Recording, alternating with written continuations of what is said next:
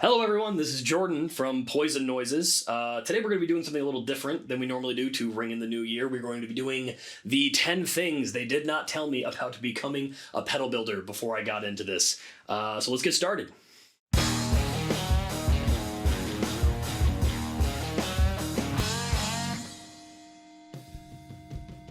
Okay, so first off, before we even go into this at all, I do want to say that these are in no particular order. They are just kind of my mindless midnight ramblings, usually to Connor or whoever is listening, in terms of, what things that I just was sometimes pleasantly, sometimes not pleasantly surprised by when I got into building pedals and stuff. And hopefully some of it's actually useful information, and it's not just things that are funny because they irritate me. Maybe this is something that's actually useful for people who are trying to get into it, and at the end of the day, that's what it's all about. So, okay, first thing on the list, maybe a little more controversial than I originally anticipated, and maybe it shouldn't necessarily be the first thing on the list as we jump right into this, but it's not really necessarily if one's better than the other, but the thing I actually have written on the list reads, true bypass is actually simpler than buffered bypass. And what I mean by that is literally on like a construction and building level. I don't necessarily mean using it on your pedal board or in your rig or like how it might suit your needs or whatever. But in terms of like how it works mechanically, it was an easier concept for me to grab when I first got into this and didn't really know anything about pedals. So one, it's cheaper in terms of the amount of parts it took me to build my first buffered bypass versus true bypass. It took less parts also, and just like mechanically, it's less complex and easier to understand, I think. Both of them are good and have their applications for sure. But at the end of the day, if someone was first getting into this, I would actually recommend that they build a true bypass pedal before a buffered bypass pedal, which is kind of funny because it's like such like a hot topic word, right? Like it's something that like if a pedal is true bypass, like they flaunt it like on the front of the pedal even. They might write like true bypass under the switch, like it's this crazy coveted thing that, is so hard to achieve, but somehow we did it and we made it and we put it in a box for you, like for some reason it's just like one of those things. And at the end of the day, when we're talking about the difference of complexity and component cost and part count, stuff like that, it's not like huge dramatic changes or anything like that, really. Like if you're a pedal builder and you're efficient and you've got some kind of an assembly to the point where like you're putting out thousands of pedals every week or whatever, like it's not that big of a deal. It's all just personal taste at the end of the day. Okay, so it's funny when I go back and read this list now because I feel like I had some really dramatic ones in the beginning, especially this one, because this one literally reads, soldering irons are more dangerous for nosebleeds than they are for burns. And that's definitely an exaggerated take, but there's some truth to it at the same time. So what I meant by that, and I don't want to jump in and say I've never burned myself with a soldering iron because I did it about 1,000 times when I first got into this, but it's not, the burns aren't that bad, or at least hopefully they're not, unless you're like holding something to your skin. But the nosebleed thing is like a real concern that I think people just kind of ignore, and that's really what I want to talk about.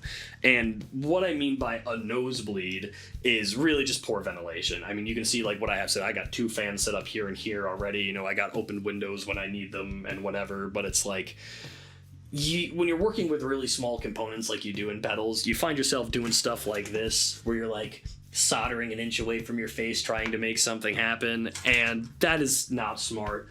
And you should avoid it as much as you possibly can because fumes in general just generally have a negative connotation when it comes to inhaling them. So you probably just shouldn't do that. But getting an actual nosebleed from it is extreme. I've had it happen before. Unfortunately on more than one occasion because I'm dumb and didn't learn from my mistakes. But when that happened, the people I was working with bought me one of these fans. I can't remember which one, but it's a real thing that you should consider, okay? Like, a lot of, especially like the lead-based stuff, that's not good to breathe in. You definitely don't want to be doing that if you don't have to. So just be mindful of your ventilation. That's really the real point of number 2 here. So, okay. Number 3 is something I want to be able to talk about without hurting any feelings. And I don't mean that geared towards the general public. I mean that in terms of people who know me personally. And I don't want to seem ungrateful. I don't want to seem like I'm not happy for the people that are around to support me, because of course I am. And I'm very fortunate to have so many cool people who have been pushing me along on this journey. But this is something that should definitely be said, because it will happen if you start building pedals. People are going to give you broken shit, and that sounds harsher maybe than I mean for it to be, but it's the truth. They're just going to give you stuff. Now, it's going to be just things that you don't need, and things that they don't need, and that's why they're giving it to you. And it's not just like they're garbage. It's always going to be something like with electronics in it, right? Like someone's going to give you like a pedal that hasn't worked for them in 30 years. They'd be like, oh, maybe you can do something with it. It's just been sitting in my closet forever. And like, that's a cool and nice sentiment. And it's nice that someone is thinking about you and helping in any way they can in you pursuing your passion, and that's great. But you just end up with so much stuff. Sometimes it's not even pedals. Some guy could be like, here's this VCR from 1989. That's probably got some components in it that you're interested in, right? And it's just like such like a weird thing, because like at the end of the day, like, yeah, I'm sure there's a couple of resistors in that VCR that I could probably use in a future build, but it's easier to just buy them for the penny. You know what I mean? And then you just end up like kind of like hoarding stuff because you feel bad. Like you don't want to just throw this thing away that someone gave you, even though it's literal junk. I digress. I want to go into the stuff that people have actually given me before. So this is going to be strictly pedals. I didn't want to subject anyone to the other random electronics I've gotten here before. But so I think I remember who gave me this one. It's my friend Jim. I'm pretty sure he was the one that gave me this. It's a Distortion DS7. Okay, this was actually like a pretty cool pedal when it came out, and I'm not actually usually super into Ibanez stuff, but I actually did like this thing a whole bunch. I always loved the design on them with like the little the knobs that you can like push in so you don't like turn them with your foot while you're stepping on it or something. I don't know. That's what I think it's for, at least. But anyways, so the thing's got like germ face written on it, on the front of it, in like a really thin faded marker. Assumingly it's some kind of a germanium mod. I'm going to assume diodes and not transistors. It's by Operation Audio in 2012. And there's a signature that says J with a circle around it, dated for May of that year, and an NS switch on the side. I don't know what N or S stand for. I've plugged this thing in. It didn't really work. To be honest, not to any discredit to Operation Audio. I'm sure it did when they had it. But, if I know my friend, he probably beat the hell out of this thing anyway. So that one's not super weird, but, it is something that was given to me. Here's a weird one. I don't know what this is. This is like some kind of weird project box that's got knobs and jacks on it and switches. I got this from a customer of mine who he was buying like a fuzz for me at the time or something like that. He was a good customer. He bought a couple of things from us. He was a super nice dude. And like I was repairing something for him, and he just like threw this in the box with it, and he was just like, hey, I got this from someone and paid them money for it, and it never worked. And I was just like, okay, yeah, send it in, let me check it out. And like, it's just like, it doesn't even have a foot switch on it. It's got like this really hard to flip like toggle switch. Like, I don't know how you would push that with your foot. I have trouble pushing it with my finger. The switches are like spinning all the way around. It never worked for him since he got it, he said, which is unfortunate. That is sometimes what happens in the industry when you ship stuff. Stuff gets knocked around, it breaks, it happens. What are you gonna do? This one, I like this one a lot. This is a great example, actually. So this was a cool pedal back in the day. This is a Electro Harmonics Black Finger. For anyone that's never seen one of these before, they're pretty hard to come by now. EHX stopped making this one for some pretty obvious reasons. I can't imagine how someone wouldn't be offended by that in some respect. But the funny thing about this pedal, or I don't really know if it's funny, but the guy who gave this to me was kind of just like, yeah, these are a little controversial. I can't really do anything with it. Like, he was like another, like he'd worked on like guitars and audio and other, audio electronics and stuff like that. And he's like, I can't do anything with this because like people might think something of it. And then he like hands it to me, like I can do something with it. Like he gave it to me like, this one's a little controversial for me, and I don't want to get, a bad taste in anyone's mouth. So maybe you should take it and you should do something with it. Like it's just a funny thing to think about. You know what I mean? Like at the end of the day, it's still a nice, kind, considerate thing. I think there's some like germanium parts in here too. Like there's probably something cool in here. I've never opened it because I'm too busy building other stuff, and this is just another thing. Just sits in my bench and it's just there. I've got like piles of stuff like that. But whatever. I won't bother you guys with too many more of those. All right, number 4 might not be as surprising to everyone else as it was to me, but very few people who like design and build their pedals draw their own art. And I thought that was kind of weird because that was something I was super excited about when it came to making the pedals. Like, I can't even tell you how many like countless nights me and Connor have spent just like rambling about like, this should be what the graphic looks like, and this is what the parameter should be called, this should be what the name is, and like that's like the fun part for me, you know what I mean?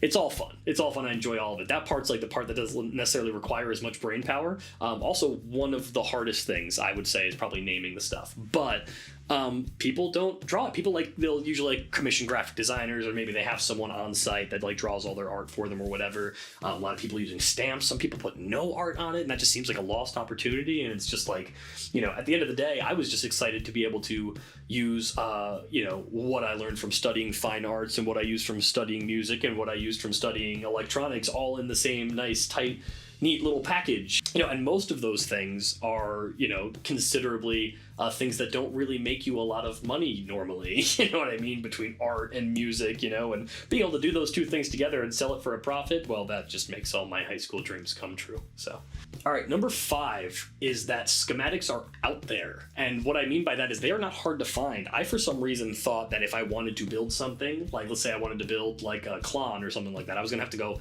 like find like a $3,000 Klon, open it, degoop it, look at all the traces, kind of map the whole thing out, draw out the schematic, and then I could make something. But like, no, people have like done that work already. You know what I mean? And it's like a silly thing to think about, but like that part's already been done. You know, that's something that people have been doing for decades and sharing information with each other and stuff like that. And like, they're not secrets. You know what I mean? I mean, I'm sure they were at one point. Obviously, they wouldn't have been gooped and, you know, and everything. But like, the strange part about this, kind of a two-parter one, is that you really can't trademark a circuit. And really what that means is like, when you look at a circuit is how to solve a problem, or I guess in terms of distortion, create a problem, but it's how to achieve something using these components. And, you know, it's a math problem. At the end of the day, you change the values out till you get what you're trying to get, what you're trying to make happen. And, you know, you can't copyright a math problem. You know what I mean? At the end of the day, I'm sure people have tried, you know what I mean? But it's all readily available information.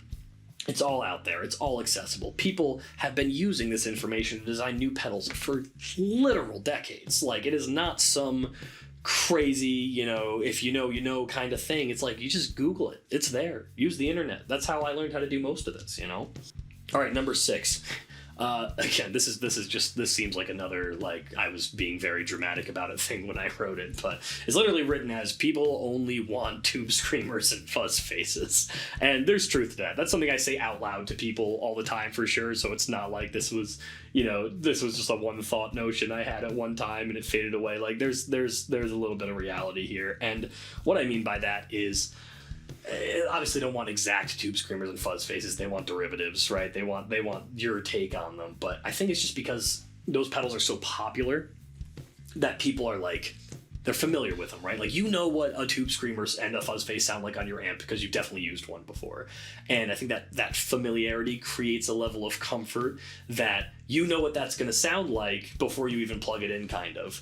And that might not be exciting to some people because people are always looking for new and exciting things also. But I'll tell you right now, like, we put out a tube screamer clone. Like, our knuckle sandwich is a tube screamer, you know? That's not a big secret by any means, you know what I mean? At the end of the day, it's a TS-808 on steroids with a whole bunch of fun things that fixed all the problems I thought a TS-808 had.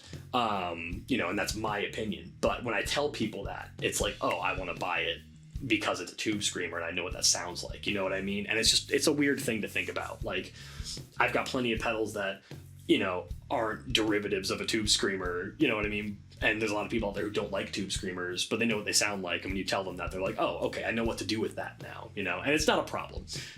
Anything that makes people want to buy pedals is a good thing from where I'm standing, you know what I mean? It makes people interested in them even more. That's great. We love that. But, you know, that circuit that and the fuzz face are probably some of the most cloned circuits of all time, and like, they kind of are also like the grandfathers of a lot of other pedal circuits that are super popular and copied all the time.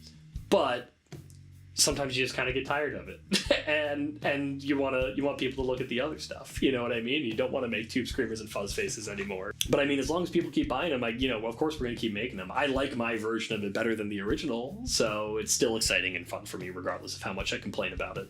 Okay, so I like the way I have this written out is funny to me, because the way I have it written is a resistor leg hurts more to step on than Legos. It's funny because I feel like when you think about stepping on Legos, it almost just hurts to think about. Like, you know what that feeling is. That's what resistor legs are like for me, and hopefully I'm not the only one in this, but resistor legs, it's not just resistors, it's capacitors, diodes, it's all baseline components that have these kind of things, but there's a little piece of metal on either side of them that you clip off once you solder them into a board, or, point to point, or whatever it is you're doing with, you cut the excess off, and the excess on that stuff is all over my room right now. I mean, I do my best to try to snap a piece of it off and cover it, but you're cutting a piece of metal with pliers. Sometimes they launch across the room, you know what I mean? Sometimes they're gone, but I've got piles of them right here. Look, these are all little resistor legs. Throwing them around probably doesn't help my cause anymore, but at the same time, whenever people are walking around here, I always make them put shoes on, and I don't necessarily practice what I preach there. I just kind of, sometimes I wake up at 3 o'clock in the morning and pop out of bed with a eureka moment, and I have to go right in here and start soldering. Sometimes that's the way it happens, and sometimes you forget to put shoes on, and then you step on stuff, and then one of these goes an inch into your foot, and you scream at the top of your lungs and wake up the neighbors, and that's not good for anybody. Nobody enjoys that, but yeah, just be mindful of it if you're going to start doing this. They are messy, and they are hard to vacuum off carpet, and they hurt a lot when you step on them. And I would just be mindful. That's pretty much all I can say about it. Be safe. There's your PSA about resistor legs. All right, number 8. I will become irrationally angry about a price increase of less than 1 penny, which sounds dramatic. I know, I'm sure a lot of this does, but these are things that I think about all the time, so they don't seem as dramatic to me. They're just kind of annoying and irritating, but it's really not that big a deal at the end of the day, right? Things get more expensive. We're all seeing that happen right now. That's, gear is getting more expensive too for that reason, but the stuff I'm talking about are those same baseline components I was just talking about in the last thing. We're talking about diodes, resistors, capacitors, LEDs, things that are normally pretty cheap, and by pretty cheap I mean pennies. There was when I first got into this, it would cost me a dime to get 10 resistors, and that's a crazy thing to think about. And then starting sometime back in I don't know, July, August, maybe. Yeah, August feels right. So, they went up from 1 penny to 1.2 pennies. And I remember being really upset about that when it happened. Even though it's not, the most dramatic price increase. My pedals have, maybe maximum 30 resistors in them. I don't know. I'd have to figure out and get the actual numbers for that. But, it adds up, but not as quickly as I make it out to be when I get upset about it. But now, today, it's 1.5 pennies, and now that's a really big deal to me. Every time it goes up a little bit, I get a little more upset about it, right? So it's whatever. I mean, we're seeing it affect the industry in more ways than one. Obviously supply chain's a big problem for everyone right now. It's hard to get parts, and when you do get them, they are expensive. Shipping them is expensive also. And that's why you see so much gear getting, bigger price tags on it nowadays. That's a big part of it. But, the actual increase from 1 penny to 1.5 pennies, it's, of course, you're losing money at the end of the day to get the same thing you were before, but it's definitely not the biggest problem in terms of pedal production right now, or any gear production as far as I'm concerned. So, okay, item number 9, germanium actually isn't that rare. And I know it's one of those words that people get really excited about when it comes to the way a pedal is made, or how it's designed, or just what components it has. I for some reason thought that people just had stopped making germanium parts. I thought they were something that you could only find in the 60s or 70s, and I guess a lot of people would argue that those are the only good ones. But at the same time, it's not as big of a deal as I think it's made it out to be. First off, the diodes aren't hard to find at all. A germanium diode is pretty much, in many respects, just about as easy to find as any other diode out there. You will notice they are more expensive normally, and in a lot of respects inferior. People like to use them to clip audio signals in guitar pedals. That's I don't know what other purpose they serve in the world, to be honest. Other than that, I think they're pretty much obsolete. But the transistors are a little bit harder to find. I will give it that. And they're definitely more expensive than like a silicon transistor or some kind of a material substitute. But in most respects, they're also like way less efficient and harder to work with and more temperamental and pretty much bad in every respect. But people want them. I think it's just the difficulty of using and acquiring and, you know, building with them that for some reason make people think that they're better, which is not the case in my opinion. We actually don't use them in anything. We're trying to actually move away from all germanium parts if we can, just because they are, in my opinion, not as good. And I know that's probably gonna make a lot of people really angry, but there's ways to get around it, you know. We're like working on something right now where like we use like a resistor in series with Schottky diodes to get the same forward voltage as a germanium, but soften the knee so it sounds more like that and a little less harsh than you would from like a traditional Schottky diode. And at the end of the day, the average consumer probably really won't be able to hear that much of a difference. But, you know, the goal is to make everything better and more efficient for both us and the customer. So we're going to keep plugging away at it.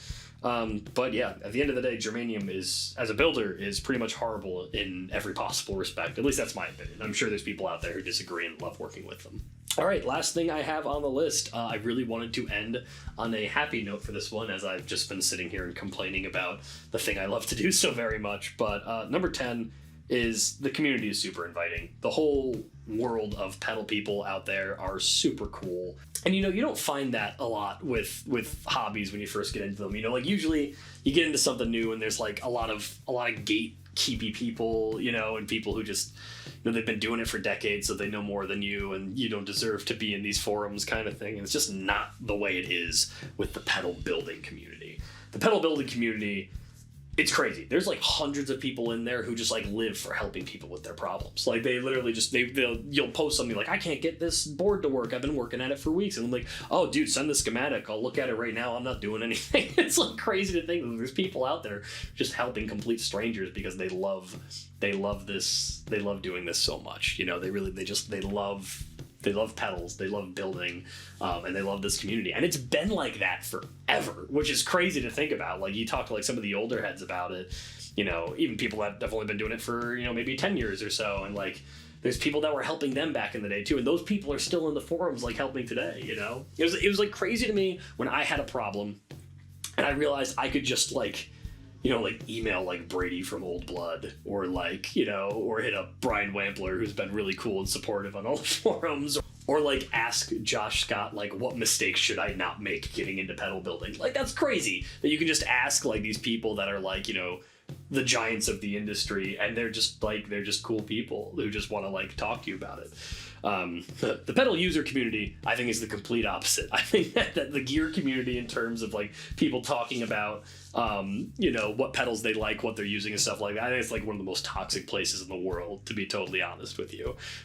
You know, I think it keeps people from trying new things. I think people are like afraid to show their setups and the things they're excited about just as pedal users, you know, and maybe that's, you know, part of the comfort of becoming a pedal builder is you get to go and leave that group of know-it-all people to go be a part of something where people do know more than you, like factually, and want to share the information with you, not hold it over your head. I don't know. It's super cool to me.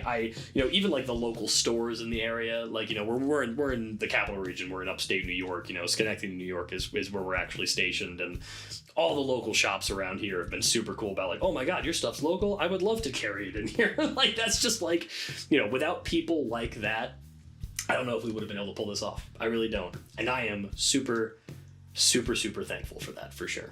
I just wanted to end on a nice, wholesome, you know, warm-hearted note there. So, all right, everyone, that is 10 things they didn't tell me about being a guitar pedal builder. I do want to give, you know, a big thanks to the community and everyone that's helped us get to this point. We really want to do more stuff like this in the future. So if you dig this and you don't want to just see my hands close up on a screen working with components while I ramble for 30 seconds like our old videos, let us know. You know, write it in the comments or however you guys like to get in contact with us. We like to talk with the people who watch our videos and buy our products, and, you know, we're very interested in what you guys have to say on all fronts. I do want to say, everyone who watches this, if you enjoyed our videos or our content, our pedals, our products, whatever, I would definitely recommend watching the JHS show on January 7th. I believe they are streaming at 11 o'clock their time. We're at Eastern Standard Time, so if you're local to us, that should be on around noon. But it is a live stream that we really encourage you guys to watch if you like our stuff. I don't really want to say too much more than that and spoil their show by any means, but they are doing an episode we really think you guys would like to see. So if you get the time, you get the moment, definitely, go check that out. They're really good guys too.